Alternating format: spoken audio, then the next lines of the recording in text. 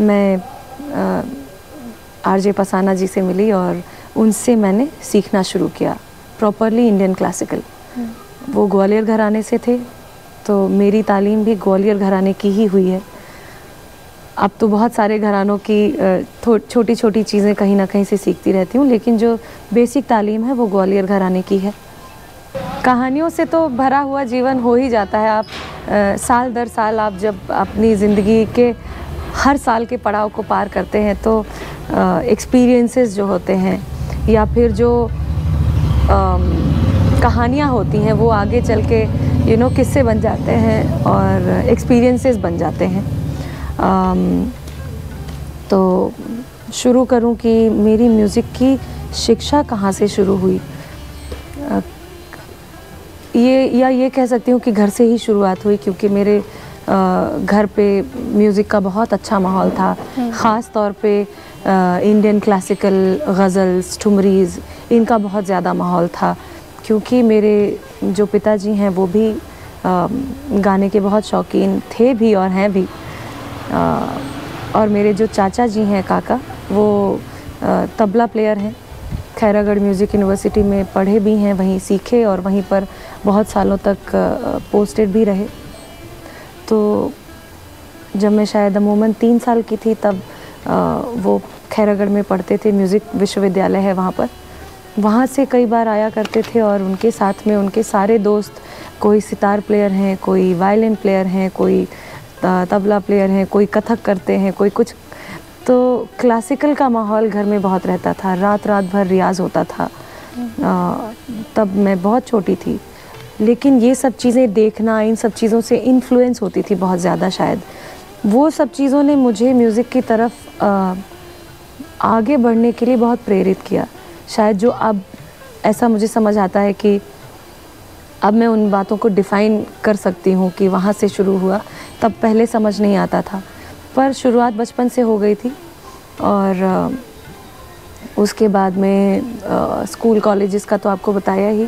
सारे टीचर्स ही मेरी हर कक्षा में कोई ना कोई एक, या हर स्कूल में कोई ना कोई एक ऐसे टीचर मिल जाते थे जिनको ऐसा लगता था कि मुझे इसको सिखाना है और मुझे इसको कंपटीशन में उतारना है।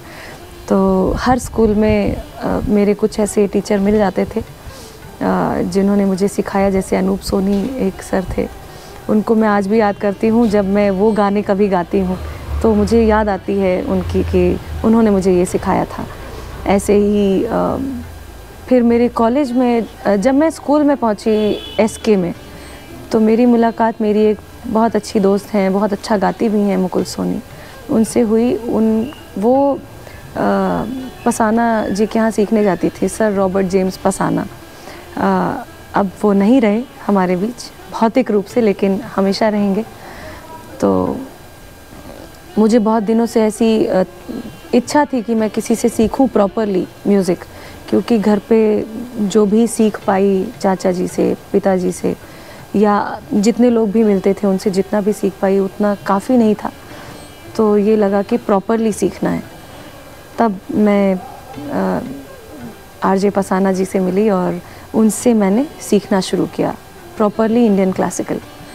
वो ग्वालियर घराने से थे, तो मेरी तालीम भी ग्वालियर घराने की ही हुई है। अब तो बहुत सारे घरानों की छोटी छोटी चीज़ें कहीं ना कहीं से सीखती रहती हूँ, लेकिन जो बेसिक तालीम है वो ग्वालियर घराने की है। और उसके बाद में जर्नी शुरू हो गई।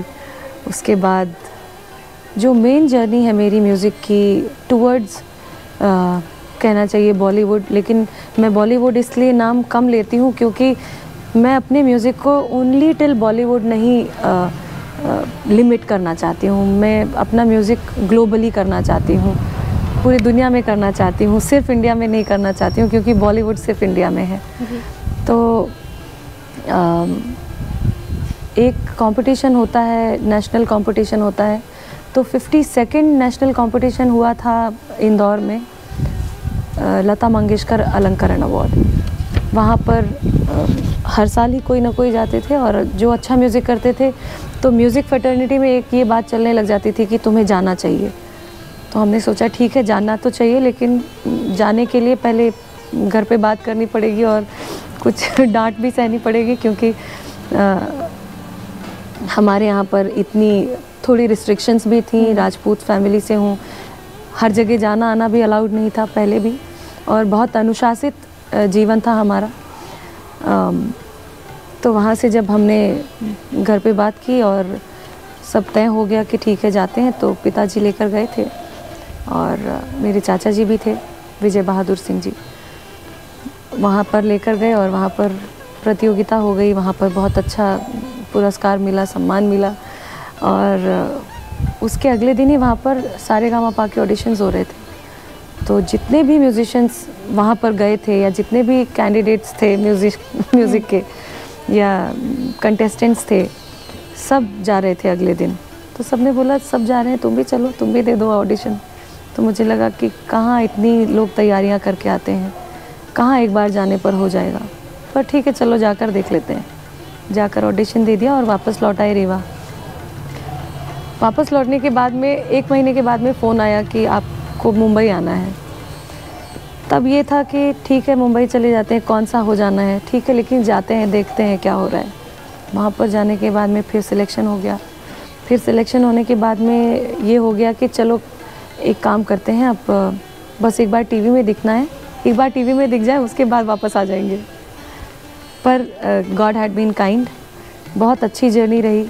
जर्नी तो अभी चल ही रही है और मैं चाहती हूँ कि ये जर्नी कभी एंड ना हो, क्योंकि मंजिल मिल जाने के बाद में वो जो मंजिल की चाहत होती है वो ख़त्म हो जाती है।